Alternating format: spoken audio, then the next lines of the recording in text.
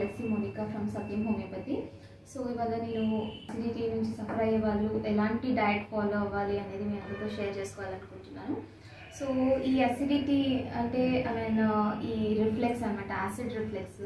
So దీన్ని GERD అని కూడా అంటారు. సో దీంట్లో ఏమవుతుంది అంటే మన స్టమక్లో ఉన్న కంటెంట్స్ కానీ యాసిడ్స్ కానీ అవన్నీ రిఫ్లెక్స్ అనమాట, వెనక్కి మన ఈసోఫేగస్ అంటే ఫుడ్ పైప్లోకి అవన్నీ రావడం అనమాట. సో దానివల్ల ఏమవుతుంది అంటే మనకు థ్రోట్ బర్నింగ్ సెన్సేషన్ కానీ ఇక్కడ చెస్ట్లో హార్ట్ బర్న్ సెన్సేషన్ లాగా ఉంటుంది. సో దీన్ని అసిడిటీ అనేది మనం చెప్తూ ఉంటాము.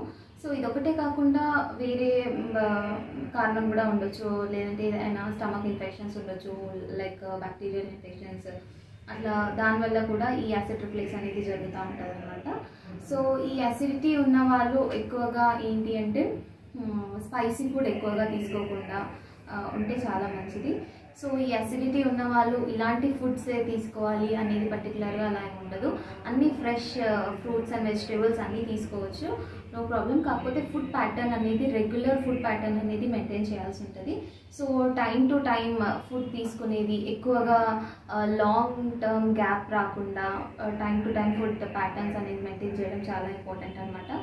సో ఎక్కువగా ఒక మార్నింగ్స్ 8 o'clock తిని ఈవినింగ్ 4 o'clock లంచ్ చేయడము, లేదంటే 3కి లంచ్ చేయడం, అలా చేస్తే ఏమవుతుంది అంటే గ్యాప్ ఎక్కువగా వచ్చేసరికి ఈ యాసిడ్ అనేది మనకి రిఫ్లెక్స్ అనేది జరుగుతూ ఉంటుంది అనమాట. సో దానివల్ల కూడా మనకి ఇలాంటి ప్రాబ్లమ్స్, అసిడిటీ ప్రాబ్లమ్స్ అన్నీ వస్తూ ఉంటాయి. కాబట్టి ఫుడ్ ప్యాటర్న్ అనేది, రెగ్యులర్ ఫుడ్ ప్యాటర్న్ మెయింటైన్ చేయడం అనేది చాలా ఇంపార్టెంట్.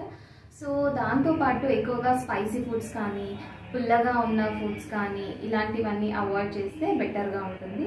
సో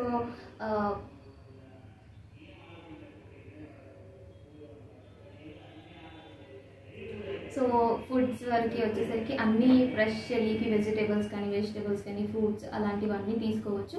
సో లో యాసిడిక్ వాల్యూ ఉన్న ఫుడ్స్ లైక్ లీఫీ వెజిటేబుల్స్ కానీ, క్యారెట్స్ కానీ, క్యాబేజ్ కానీ ఇలాంటి ఫుడ్స్ అవన్నీ కూడా మనం కన్జ్యూమ్ చేస్తే బెటర్గా ఉంటుంది. సో దీంతోపాటు ఎక్కువగా మీకు ఇట్లా హార్ట్ బర్న్ లేకపోతే చెస్ట్ బర్నింగ్ సెన్సేషన్ అలా ఉన్నప్పుడు జింజర్ తీసుకోవడం కానీ, లెమన్ టీస్ తీసుకోవడం కానీ, లేదంటే కోల్డ్ మిల్క్ తీసుకోవడం కానీ ఇలాంటివన్నీ తీసుకున్నప్పుడు మీకు కొంచెం సిమ్టమాటిక్గా రిలీఫ్ కూడా మనము గమనించవచ్చు.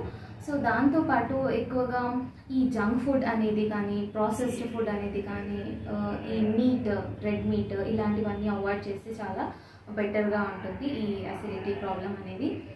దీంతోపాటు ఎక్కువగా షుగర్ కంటెంట్స్ ఎక్కువగా ఉన్న ఫుడ్స్ తీసుకోవడం కానీ, హై సాల్ట్ డయట్ ఉన్న ఫుడ్ తీసుకోవడం కానీ ఇలాంటివన్నీ అవాయిడ్ చేస్తే చాలా బెటర్గా ఉంటుంది. సో డైరీ ప్రోడక్ట్స్ కూడా అన్ని డైరీ ప్రోడక్ట్స్ కాకుండా లో ఫ్యాట్ ఉన్న ప్రోడక్ట్స్ తీసుకుంటే మంచిది. దీంతోపాటు అన్నిటికంటే ఎక్కువ అంటే వాటర్ ఇంటేక్ అనేది ఎక్కువగా ఉంటే బెటర్గా ఉంటుంది. At least minimum of 3 to 4 liters of water per day తీసుకోవడం మంచిది. సో దీని అంతతో పాటు మెంటల్ స్ట్రెస్ అనేది అవాయిడ్ చేయడం చాలా ఇంపార్టెంట్ అనమాట. సో ఈ మెంటల్ స్ట్రెస్ అవాయిడ్ చేసుకోవడానికి స్లీప్ అనేది కూడా అట్లీస్ట్ మినిమమ్ ఆఫ్ ఒక 6 to 7 hours sleep per day ఉండడం మంచిది.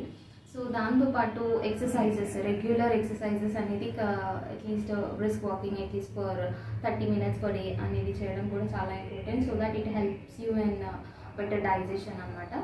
సో ఇలాంటివన్నీ ఫాలో అవుతూ కరెక్ట్ డైట్ తీసుకుని ఇది చేస్తూ ఉంటే ఈ అసిడిటీ ప్రాబ్లమ్ని చాలా వరకు మనం కంట్రోల్ చేసుకోవచ్చు. Thank you. మా వీడియో కనుక మీకు నచ్చినట్లయితే లైక్ చేయండి, షేర్ చేయండి. ఇలాంటి మరిన్ని వీడియోస్ కోసం మా ఛానల్ని సబ్స్క్రైబ్ చేసుకోవడం మాత్రం మర్చిపోకండి. Thank you for watching.